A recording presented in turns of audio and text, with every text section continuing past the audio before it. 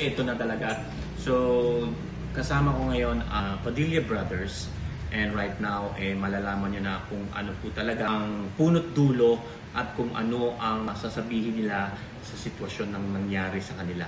So, ito na guys. Ready na ba kayo? Ito na, Mr. Dennis Padilla. Ngayon lang po ako magsasalita tungkol sa mga issue na lumabas itong mga nakaraang buwan. Gin, ikaw na. Hindi ko kaya. Gin, boy, ikaw na. Oo nga. Sige.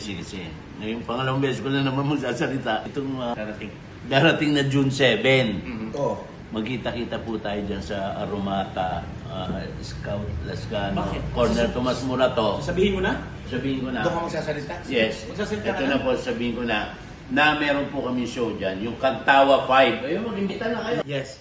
Let us all laugh together. Yes. The people that laugh together will smile together. Yes. And together, they will laugh and Good smile. vibes lang po tayo. Yes. June 7 po. June Kantawa 7, 7 p.m. Aromata. Aromata.